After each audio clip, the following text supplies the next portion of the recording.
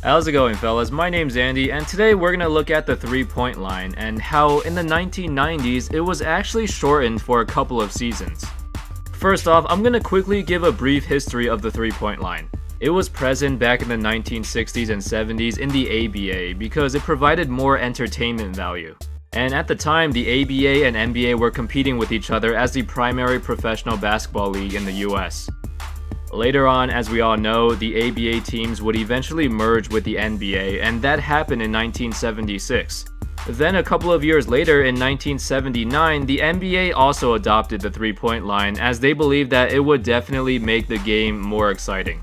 And up until today, I think the three-point shot has increased the popularity of basketball by a lot. I know some people have mixed feelings about whether or not the three-pointer is ruining the game, but over the years, it's done more good than bad. So anyway, there was actually a time in the 1990s where the three-point line was shortened. From the 1994 to 95 season until the 1996 to 97 season, the three-point line was only 22 feet away from the basket. Before and after those seasons, it was 23.9 feet from the top of the arc, but it was still 22 feet in the corners.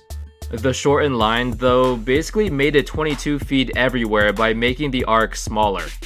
It was a weird change at the time, but the main reason for it was because the NBA felt that there were too many low-scoring games.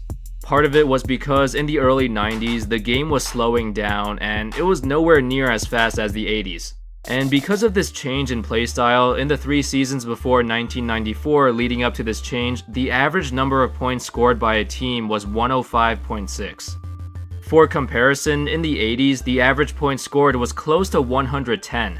But yeah, the NBA felt like there were too many low-scoring games, so they made the three-point line shorter, hoping that it would make the game more exciting and have higher scores.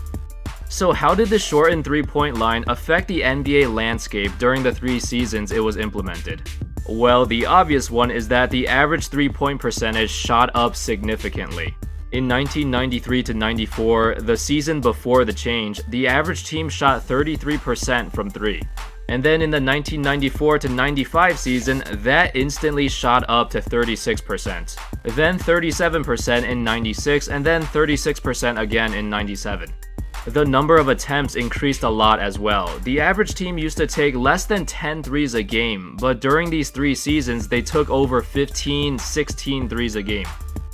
However, the main problem was, during this time, the average points scored in a game was actually lower.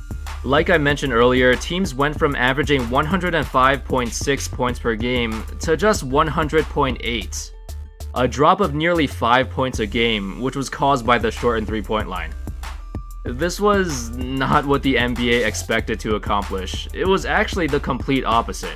The main issue was that despite the higher volume and higher percentage of teams shooting threes, the overall pace of the game slowed down.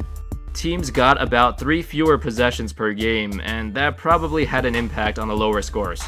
As a result of this failed experiment, the NBA moved the line back to the usual 23.9 feet after the 96 to 97 season.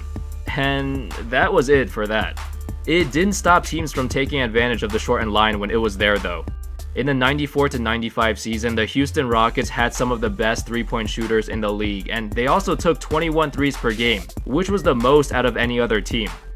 And then in the playoffs, they increased that number to 24 per game. That was the year they won the NBA championship as the 6th seed in the West, led by Hakeem Olajuwon. However, throughout the years, there's been some interesting conspiracy theories about the real reason why the NBA shortened the line. One of them is that some people believe that they did it to help out Michael Jordan and the Chicago Bulls. MJ was never known as a great three-point shooter, but in 1996 and 1997 when he came back and won more titles, he had the best three-point shooting seasons of his career. In those 2 seasons, he averaged 3.4 attempts per game on 40%. And then in the following season, 1997 to 98, when they changed the three-point line back to normal, Jordan shot 24%. I mean, the Bulls still won the title that year anyway, so it didn't really change anything. They were still the most dominant team in the league, with or without the shortened three-point line. Ever since then, there hasn't been any changes to the three-point line. It's been the same way for a long time now. Nowadays, there's been some light discussions about maybe making it a bit further out, but nothing official. A ton of teams are just jacking up a lot of threes, and some people don't think that's good basketball or fun to watch. But the fact is, the NBA has grown substantially over the last few years, and the three-pointer is a major reason why. It's exciting to see players shoot and make shots from a long distance. Honestly, they might even implement a 4-point line. It's a stretch, but you never know. Anyway, that's all folks. What do you think of the shortened 3-point line in the 90s? Do you think there was any sort of conspiracy behind that? And what about today? Should the NBA move the 3-point line a bit further out to discourage teams from just shooting so many? Let me know your thoughts. Thank you everyone for watching, and I'll see you next time.